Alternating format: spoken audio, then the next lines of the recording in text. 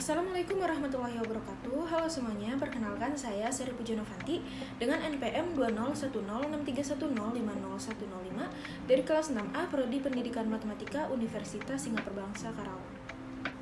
Pada video kali ini saya akan menyampaikan mengenai inovasi pembelajaran pada materi pola bilangan dengan model pembelajaran kontekstual teaching and learning. Adapun tujuan dari dibuatnya video ini adalah untuk memenuhi tugas mata kuliah inovasi pendidikan dengan dosen pengampu yang terhormat Bapak Dr. Haji Dadang Rahman Munandar MPD. Adapun isi dari video kali ini yaitu kita akan membahas mengenai inovasi dalam pembelajaran materi pola bilangan, lalu yang kedua pengertian model pembelajaran kontekstual teaching and learning, kemudian ada tahap model pembelajaran kontekstual teaching and learning, dan yang terakhir ada kesimpulan. Kita masuk pada bagian yang pertama, yaitu inovasi dalam pembelajaran materi pola bilangan. Salah satu manfaat inovasi adalah kemampuan untuk memecahkan masalah. Dengan adanya suatu inovasi, kegiatan pembelajaran akan lebih mudah dan menarik. Contohnya dalam belajar materi pola bilangan. Dalam belajar pola bilangan, kita dapat berinovasi dalam hal pembelajarannya atau model pembelajarannya. Salah satunya kita dapat menggunakan model pembelajaran kontekstual teaching and learning atau yang biasa kita sebut sebagai CTL. Nah, apa sih itu model pembelajaran CTL? Pembelajaran kontekstual atau Contextual Teaching and Learning atau biasa yang kita singkat menjadi CTL adalah kegiatan pembelajaran yang menyampaikan materi dengan cara mengaitkannya dengan kehidupan nyata sehari-hari dari peserta didik. Kemudian di sini ada tahap model pembelajaran CTL. Yang pertama yaitu konstruktivisme, lalu yang kedua menemukan atau inquiry, lalu yang ketiga bertanya atau questioning, kemudian ada masyarakat belajar atau learning community, lalu ada pemodelan atau modeling, kemudian refleksi atau reflection, dan yang terakhir ada penilaian nyata atau authentic assessment.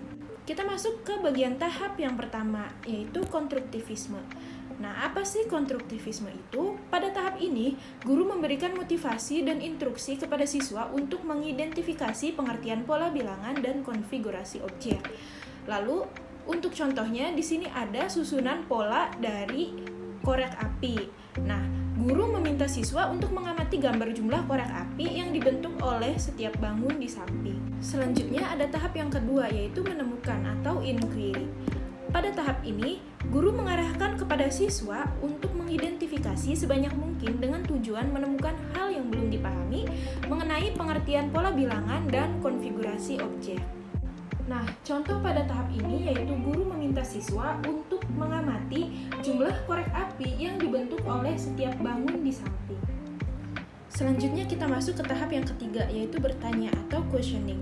Pada tahap ini guru memberikan kesempatan kepada siswa untuk menanyakan hal yang belum dipahami baik dari pertanyaan yang faktual sampai dengan ke pertanyaan yang bersifat hipotetik. Pertanyaan ini harus tetap berkaitan dengan pengertian pola bilangan dan pengertian konfigurasi objek. Pada tahap yang keempat yaitu masyarakat belajar atau learning community. Pada tahap ini, guru membagi siswa secara berkelompok, kemudian mengarahkan masing-masing kelompok untuk mendiskusikan, mengumpulkan informasi, mempresentasikan ulang, dan saling bertukar informasi mengenai pengertian pola bilangan dan pengertian konfigurasi objek. Contohnya, di sini ada perintah untuk mendiskusikan bersama teman sekelompokmu. Jika kamu dapat membentuk susunan korek api berikut, maka kamu akan menemukan sebuah pola. Menurut kamu, apa itu pola bilangan? Pada tahap yang kelima ada pemodelan atau modeling. Pada tahap ini, guru memberikan ilustrasi mengenai pengertian pola bilangan dan pola konfigurasi objek. Contohnya, di sini ada susunan rumah. Dalam kehidupan sehari-hari, kita dapat menjumpai masalah yang berkaitan dengan pola, tetapi tidak menyadarinya. Sebagai contoh, ketika kita mencari alamat rumah seseorang dalam suatu kompleks perumahan, kita akan melihat pola nomor rumah tersebut.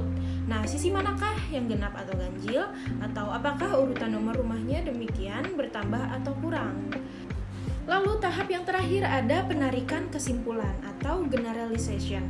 Nah, di sini guru mengarahkan siswa untuk menarik kesimpulan tentang hal-hal yang telah dipelajari terkait pengertian pola bilangan dan konfigurasi objek. Contohnya, di sini ada instruksi untuk buat kesimpulan dari hasil diskusi mengenai permasalahan yang telah dibahas dengan teman sekelompokmu. Nah, yang tidak kalah penting yaitu kalian juga harus tahu manfaat dari penerapan contextual teaching and learning dalam belajar pola bilangan. Apa aja sih? Yang pertama yaitu terkonsep, lalu yang kedua tidak monoton, dan ketiga menyenangkan. Oke, kita masuk ke bagian yang terakhir yaitu kesimpulan. Dengan diterapkannya inovasi pembelajaran CTL atau Contextual Teaching and Learning dalam materi pola bilangan, maka kegiatan belajar mengajar akan lebih terkonsep dan tidak monoton. Siswa akan berinteraksi dengan siswa lain dalam proses belajar sebagai tahap dalam pengimplementasian inovasi model pembelajaran tersebut. Dengan begitu, siswa akan lebih tertarik dalam materi yang akan dipelajari. Cukup sekian yang dapat saya sampaikan mengenai inovasi pembelajaran pada materi pola bilangan dengan model pembelajaran Contextual Teaching and Learning. Kurang dan lebihnya saya mohon maaf. Semoga bermanfaat. Terima kasih. Wassalamualaikum warahmatullahi wabarakatuh. Sampai jumpa.